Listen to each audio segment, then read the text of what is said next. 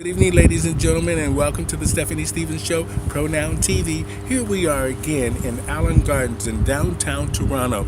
I'm Stephanie Stevens. I will be your host for the next 35 minutes. Today on my show, we are talking to Mr. Daniel Fontaine. We're speaking to people that are from the LGBT Two-Spirit pronoun community that are in a marginalized situation as seniors. As you know, I'm getting a little bit older. This year I turned 58. And today our my guest on my show, he is an older gentleman living somewhat in the shelter system, out of the shelter system, and he's now in his retirement years. And I asked him to come on so we could educate other people that there are LGBT people in the shelter system, marginalized people that have worked their whole lives, and at the end of their lives they are ending up in a marginalized situation. So I invited Daniel to come on today to to get his take on the situation. How are you, Daniel? I'm good, and you? I'm very good. Yes. So did I pronounce your name right? Daniel Yes, you did, which is very good because most people don't. Oh, so now where are you from? Montreal, originally. Spent most of my career there. I was a vanguard for most of my career. I've been shot at. I shot at people. Also, then I became a sergeant after a few years, and then a lieutenant, and then a captain. So how old are you now? I'm 67. 67. Now, you know, Toronto is a great city. Yes, but it in the is. last few years, and I'm sure you have seen a lot of you've seen the city change. Yeah. What do you think has happened in the city that has really changed? Well, in 1975, I came to Toronto for a brief period of time, and there was no homelessness. I couldn't see any homelessness anywhere. There was no people in tents. There were no people sleeping on the sidewalk. It simply did not exist. And the rents were not as high as it is now. It's ridiculous now the way the rents are. I don't know what the heck happened. As I say, from 75 to 83, I was here, and I didn't see any of this. Nothing happened. Nothing. No, there was practically no homelessness in those days. And I came back here in 1992 when I retired, and boom, I see all kinds of people. Sleeping on the street, on benches, living in tents. What the fuck has happened here? You know. So, Well, you know, Canada is supposed to be a multicultural place that welcomes everyone. Yeah. But in the last few years, I would say the last 10 years, 15 years, mainly in the LGBT community, I have seen it go from thriving really well, everybody working hard for the same cause, equality, medication, health care, and housing, and so forth. And I've seen a slow decline once the condos start appearing so much in Toronto. I think I think the condos are a big factor. They get bought up. You would think this would be housing. It's not. It's for the privilege. Okay. Now, where now you were homeless for how long? Maybe a couple of years. Then I went into the Salvation Army, and I got a job there to do security work in the dining room, that kind of thing, making sure that it was in order. And they gave me a room, so I have a private room, and I've been there since 1998. So you're comfortable at the Salvation Army? Yes, I have my own accommodation. It's my home. You know? Oh, okay. It's your home. It's private. Now, it's a good thing that the Salvation Army steps in to help a lot of marginalized people, and now I feel that they've really opened the doors to the LGBT community, something that they didn't do probably before. That's right. And now they're embracing it a little bit better, and it's doing quite well. The thing is, it's doing well and not well because the clientele is also older and it's straight. So the older straight have a prejudice against us. It's been there for eons, and it will be there forever until, I don't know when, but So do you have family and friends? no, my family is all dead.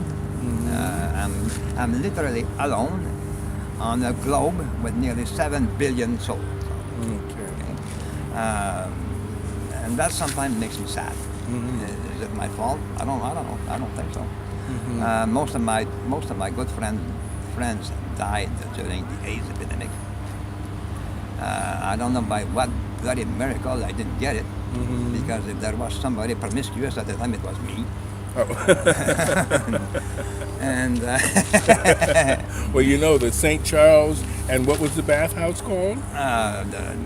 the 260 Richmond, The Romans? The Romans. There Oh. was the Romans. There was the club bath.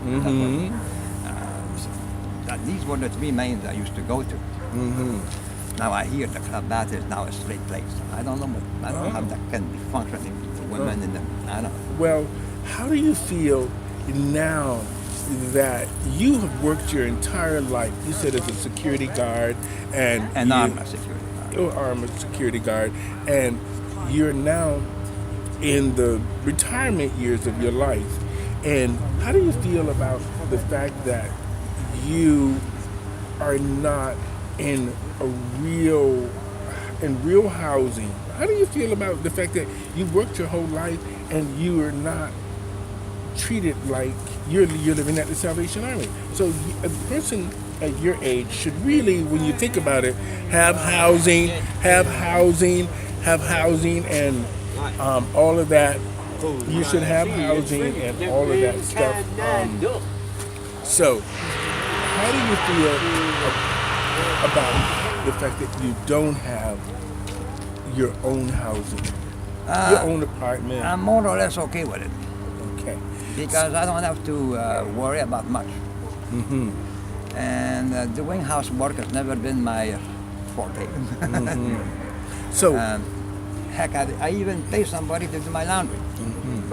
so are you in a relationship? Have you had No, any I relationship? haven't been in I'll tell you a secret, I haven't been with a man since June 2006. Oh my God. Seriously? Yes. So, do you miss the companionship? Do you ever go into the community? Not really, because I feel out of place. Okay. So, how do you feel that? Are you lonely? Sometimes, yes. Okay. And in to be in all fairness, sometimes us as LGBTQ people treat us differently, and mainly when we're in a straight setting. And are there any LGBT services that you actually attend or No, not go really, to? no. No? No, I feel... Because at the 519 they have a seniors program on Sundays. Yeah, but I don't feel like a senior, that's the thing. Oh, okay. So, Although I am a senior, I don't feel like one. But there's another thing also. I lost my confidence, my self-confidence. I lost it.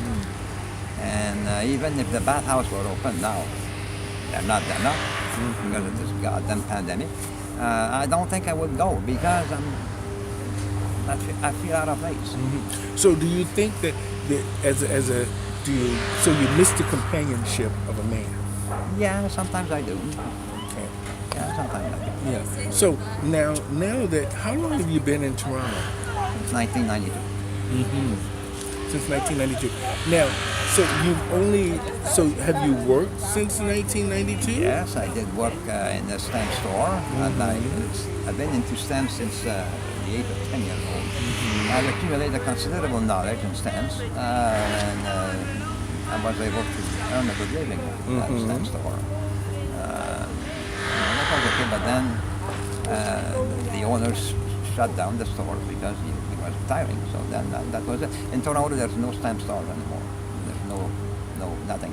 So what are your recommendations for the government or other people that are setting up programs to help the older, aging LGBTQ? They should interview us. Okay. They should ask us what we need. We probably don't have the same needs as the straight population does. I don't know if there are places where there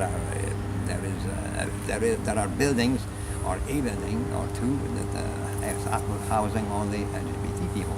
I don't know that. In particular, say seniors. But that would be a good thing.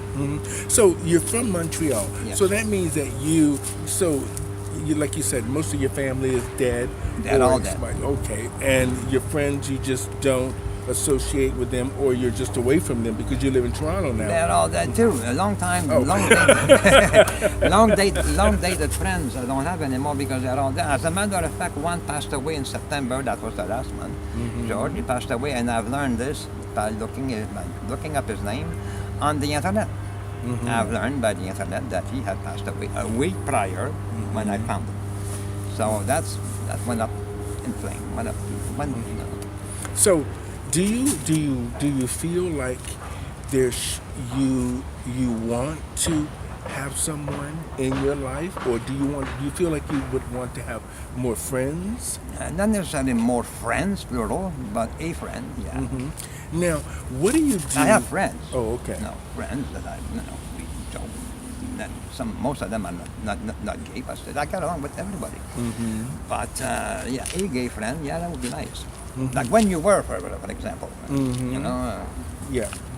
That Now, when you think about this whole situation, all the different programs there, and people walking, talking with you, offering these programs, take you to the movies, or just do things for you, bring you food and stuff as friends. Now, do you like that idea of the walking and talking, or do you like the idea of someone coming to take you to the movies and hang out with you for a few hours, or just going for coffee and listening to you?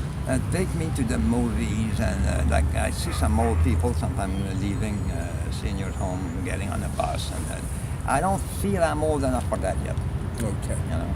But you appreciate that program. Oh yeah, of course. Because it's good that we know that program is there. And mainly as me getting to be an older person, I'm looking for things to sort of make sure that my life is sort of stable and okay. You know, I'm glad I got to meet you, Daniel, because you used to make me laugh so much. And then the fact that, you know, us as LGBTQIT people, sometimes we're not good to each other. And, and I mean, this is life, and we all can't just get along. We hope we could all just get along. But we know that the reality of it is that it's a struggle every day. Just me being black, going through what I'm going through myself, trying to establish myself in a sense of having people take what I do for our community really serious, and good, we're getting some attention now, and things are working well or moving along in the way of us having our own voice. Because I think this is the reason I started Pronoun TV and the Stephanie Stevens Show, is because I wanted the LGBTQIT community to have something like Ellen and Oprah, something they could watch on a regular, that's about them, for them, and for us. And in general, Pronoun TV means us all, in a sense. So whatever decision people make is that who they want it to be, who they want to be. You know, I have one. I have one thing in life that I keep doing. If you don't like what you see in me, don't come to me. If you don't like what you see, if you don't like the way I act, if you don't like the way I speak, then get lost. I'm not going to change myself and I've been like this since I was born. Okay. So is this meaning relationship-wise and all this kind of stuff? Well, So, you know, it's great that, you know, we had this little conversation today here at the Allen Gardens Park. I'm here with Mr. Daniel Fontaine, and he's just giving me a little bit of an enlightenment on what being a marginalized senior life is all about, where he comes from, Montreal. He's now in Toronto, living out his retirement, and he's part of our community, and we're really appreciative that, you know, he made it clear that, you know, some of the services that are there should be there, and he appreciates the fact that a lot of the services for the walking programs for seniors and the movie programs and those things are good things, but he finds that sometimes he's lonely, and there we have to figure out a way to make sure that seniors have either some companionship, either through a friend or some sort of programs to where they can meet other seniors like yourself, where you can play cards, fish, do Fish? checkers, just do the real things that older people like to do. Bingo. Bingo can be fun. Yeah, if you win something. Yeah, if you win something. But but what do you think? How do you see Toronto in the next 10 years? What do you see? I have no idea because of this pandemic. I think life has changed forever. I think these goddamn things are going to be around forever. They're not going to disappear overnight, even if when the pandemic passes. I don't Do you know. think we'll survive this? Do you think? Yes, we will, but I'm planning to go away and at the age 70. Oh, okay. You know, now at 70, I think it's a good time to say, well, I've done my part, I'm going. Now, In life, I've always knew ahead of time what was going to happen. To me, for example, when I was going to school, I did my grade school in 4 years, for example. So apparently that was bizarre, to say the least. And these idiots, orientators, put me in the scientific program. I said, what the hell am I going to do with this? well, I mean, it's good that I always knew I would never use the stuff I've learned in school. And I never did. Therefore, I forgot it. Now, have you? I was hearing you talk about the end of your life, and not the ending of your life, but just the end of your life when you decide that, if the good Lord takes me, He takes me. If not, I'll just be here having fun until He does. Now, I probably won't be having fun. we know that Canada has an assisted suicide kind of a thing and all of this stuff, but you're a man that doesn't think that he's older. You're like living like you're young, and that's a good thing. Yeah, but it's a good thing. Like but you're then, full of life. Like you're full of life. The thing is, my body is no longer full of life. I am, but my body sometimes doesn't want to follow. At our age, a lot of us are taking meds. I'm taking pain meds. I'm taking anti-seizure meds. I'm taking Well, as we get older, we do take a lot of medications, but at the end of the day, life is about living. I'm glad that you at least feel young inside, enough to just you function well, and you function well in a sheltered situation that you put yourself into a comfortable position within that of a bad situation. Well, my situation isn't that bad, Stephanie. As I said before, I have my private location. It's private, my own key. I come and go at these. Okay, my residence is in a shelter, but I'm not part of the shelter. Okay. It's not part of the shelter. Okay. Well, I'm glad we had this chat. Okay. Now, I just want to say thank you. I thank you too. I hope we survive this pandemic in a sense of clarity to where people now will learn to start to respect others, help others. What people have trouble with is not as much as the pandemic, but the change that it's bringing. The change that has to come. That's been in a long time in the making. It's coming, and it's changing practically every day. I felt really bad when I saw that gray bus taking maybe 15 passengers away from the center where I live, and taking them somewhere, I don't know where. And they brought them back 2 weeks later or so, and I felt okay then. But when they took them away, I felt, oh man, I felt like crap. I said, wow, what a day. Sometimes, we have to have a real sit-down chat with the lawmakers. Yeah. In a real sense of what the plans are going to be for the country, what the plans are going to be for healthcare, what the plans are going to be for seniors, what the plans are going to be for employment, and all healthcare of in this Toronto stuff. and in Canada in general, I think is the best in the world.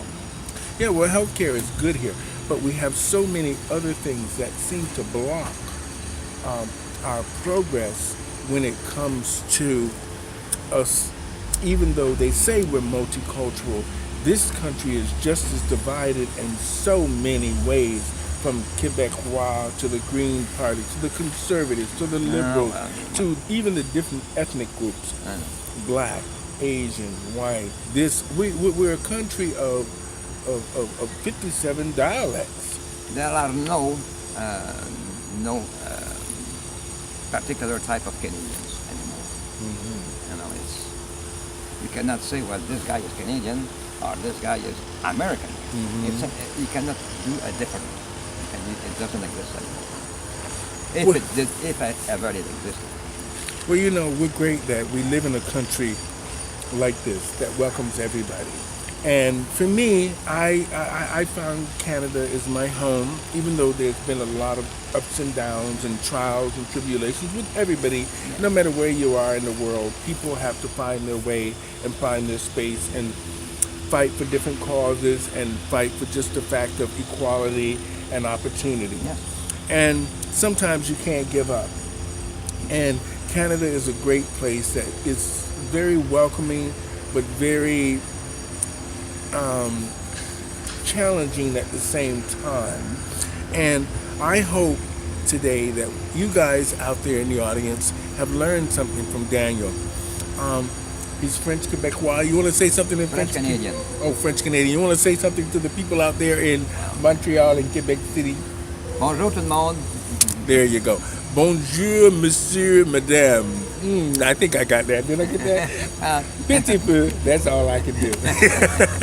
So, ladies and gentlemen, thank you guys for being on the Stephanie Stevens Show today, Pronoun TV. If you have any interesting stories that you would like to talk about or just enlighten our audience out there or educate them about the concerns that's going on in the Lgbytqia Two-Spirit pronoun community, reach out to me. I want to hear your stories. I want to share them with the world. And this is from my heart. I love my community. I love you guys. And I love the fact of what I do matters. And at the end of the day, Daniel's life matters as a senior, growing older in a marginalized situation. Mine matters as Black Lives Matter. All of our lives matter. And together we can make a difference. But we've got to stand strong and we've got to learn to understand each other and then appreciate each other's differences and embrace them. And this is what's going to make us strong. So I say to my fellow Lgbytqia Two-Spirit pronoun community, thank you so much. Thank you, Mr. Daniel Fontaine, for being on this show. And until next time, guys, have a great, safe, and blessed week. Bye-bye. Thank you, guys.